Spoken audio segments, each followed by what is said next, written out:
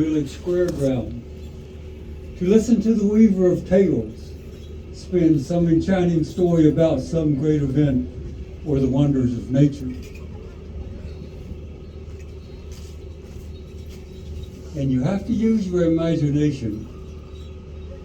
We are in that village square ground, but we're within a lodge, but it had walls.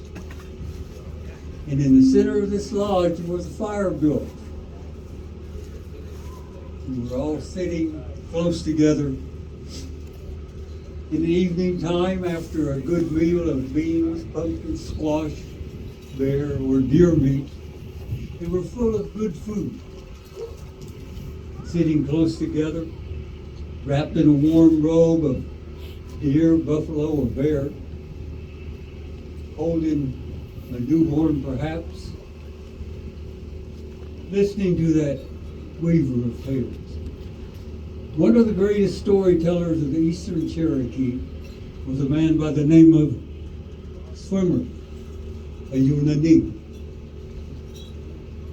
He was a priest, doctor, or conjurer, and a keeper of tradition, and he had a particular talent for giving background to his stories with bird or animal sounds. And his was a common sight as he walked from village to village, dressed in his native dress of the period, moccasins, buckskins, carrying a gourd rattle, symbol of his authority. The Swimmer died in 1899.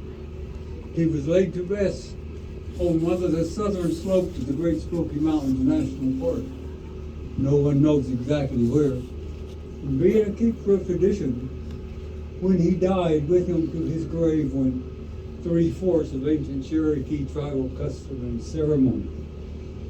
So it is today I want to share with you a story or two that perhaps Swimmer told over 100 years ago. In the long ago time, before all things came to be as they are, first man, first woman, they lived together, having everything provided for them by the Creator.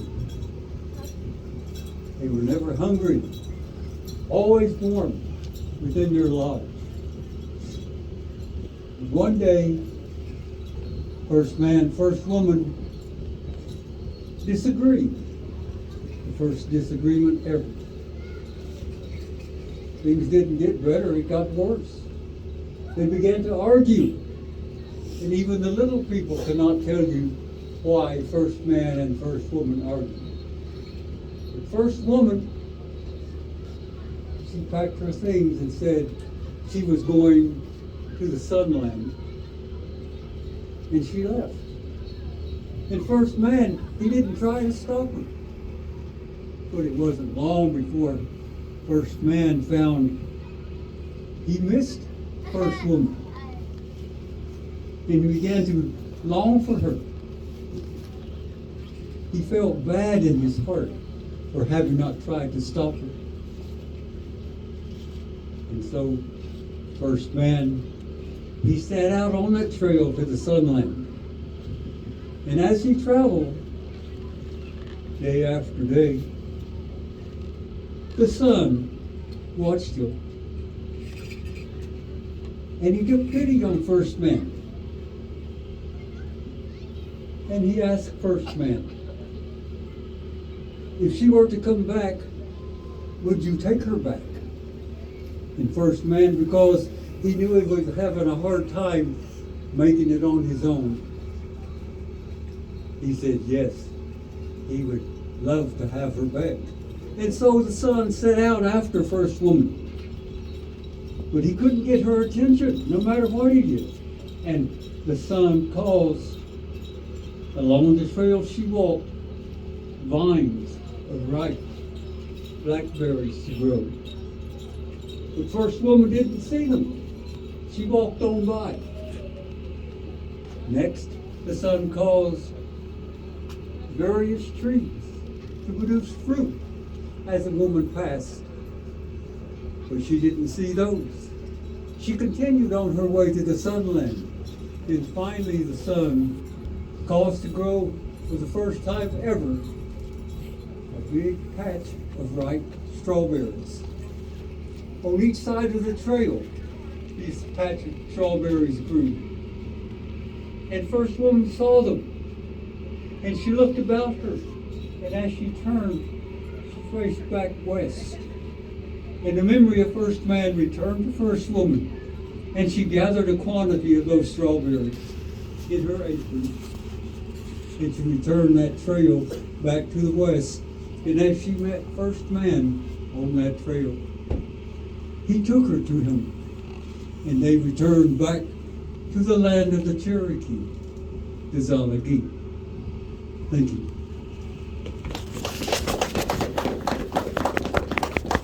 Stories in the long ago time, when all things, before all things came to be as they are. I love this story because it's told not only for the enjoyment, but it was told in honor of the women. Zidges and Gluskabi. In a long ago time, before all things came to be as they are, Gluskabi lived with his grandmother Woodchuck deep in the forest. And Gluskabi knew many things, but there was one thing he did not know, and this is the story of that one thing Gluskabi did not know. On this day I'm telling you about, Gluskabi came into the lodge where grandmother was, and he sat down and he said, "Oh, grandmother, it is time I went away. There is nothing left for me to do. I have defeated the evil grasshopper, and I have given back the tobacco to the people. I have defeated Agli Bimu, the water monster, and I have given back the fresh water to the people. I have bound the wind eagle, but I let him go again. And I have collected all the animals, put them in my game bag, but I let them go again. There is nothing left for me to do. No one I cannot defeat." And he sat down. And Grandmother Woodchuck then said to Gluskabi, "Oh, grandson, there is one mightier than you." And Gluskabi jumped up and he said, "Where? Tell me. I will go and defeat this one now and be the only one." Grandmother Woodchuck said, "Well, if you must, go to the village of the people and there ask for Zidges." And quickly, Gluskabi was up. He was out of the lodge, making his way through the forest. And he came to the village of the people. And as he entered the village, a young maiden passing through, she saw Gluskabi and she said, "How may I help you?" And Gluskabi said, "I am looking for Zidges." And the young woman said, "There is a lodge of Zidges, but you may not see him. He's probably asleep." And Gluskabi thought to himself, "I may not be able to see him. Surely this Zidges must be powerful. He makes himself invisible while he sleeps, so no harm can come to him." So he made his way to that lodge, and he scratched upon the door covering. And a pleasant voice from within said, "Enter." Gluskabi came into the lodge, and there, sitting across from the fire, was an elderly lady. And she said, "How may I help you?" And Zidges said, "I am looking for Zidges." And the lady said, "There is Zidges." And Gluskabi looked to where she indicated, and there he saw a small person, very small, had no hair, no teeth, and was wearing no clothes. And Glue Scobby looked at this small person and he said, "This cannot be Zidges. He is a great and powerful warrior, and he's mightier than I am." And then he looked at that small person and he said, "I will do whatever this small person does, and I will learn the secret of his great power." And so Glue Scobby went over and he sat down on the floor by the bed that the tiny Zidges was on. And in a short while, tiny Zidges crawled off the bed. And on all fours, hands and knees, he began crawling across the floor. And the mighty Glue Scobby jumped up and said, "I'll do whatever he does, and that is the way I'll learn the secret of his great power." And so Zidges, he got down on hands and knees for Glue Scobby. And he went crawling across the floor like the tiny Zidges. And he crawled up next to the tiny Zidges and he said, "Whatever you can do, I can do better." Tiny Zidges paid him no mind. He just went on across the floor on hands and knees.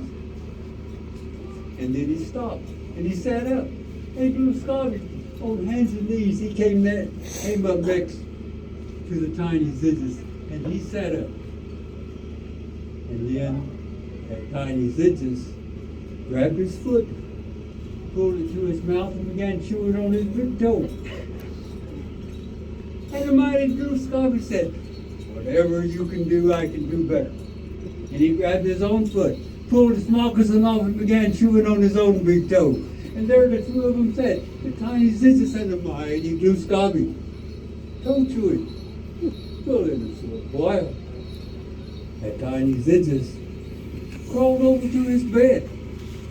He reached up and he took down a small leather turtle that had been made for him and began chewing on it.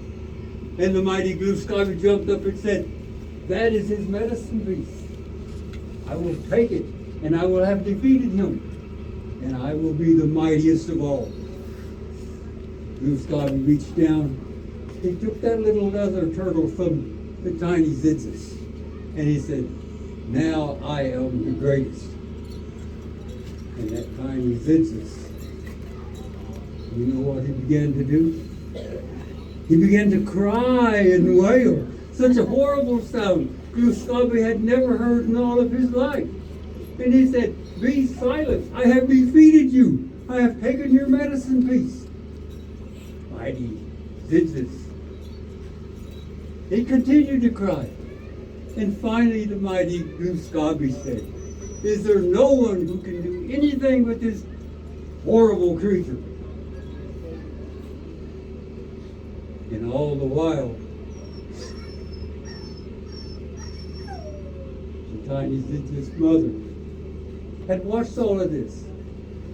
And she reached down and picked up the tiny Zidges, cradled him in her arms, and rubbed his back and began to sing a lullaby. And in a short while, that terrible Zidges was sound asleep. And Glue Scobby, he backed out of the lodge very quietly. And he went back to Grandmother Woodchuck's lodge. He entered, he went and sat down and he said, "Oh, Grandmother, you were right. Zidges is more powerful than I. I could do nothing with him. But yet, there is one person who is mightier yet. Mightier than the tiny Zidges. And that is the mothers. For it is the mothers who bring life into the world, to bring joy and love. And so, men, remember this.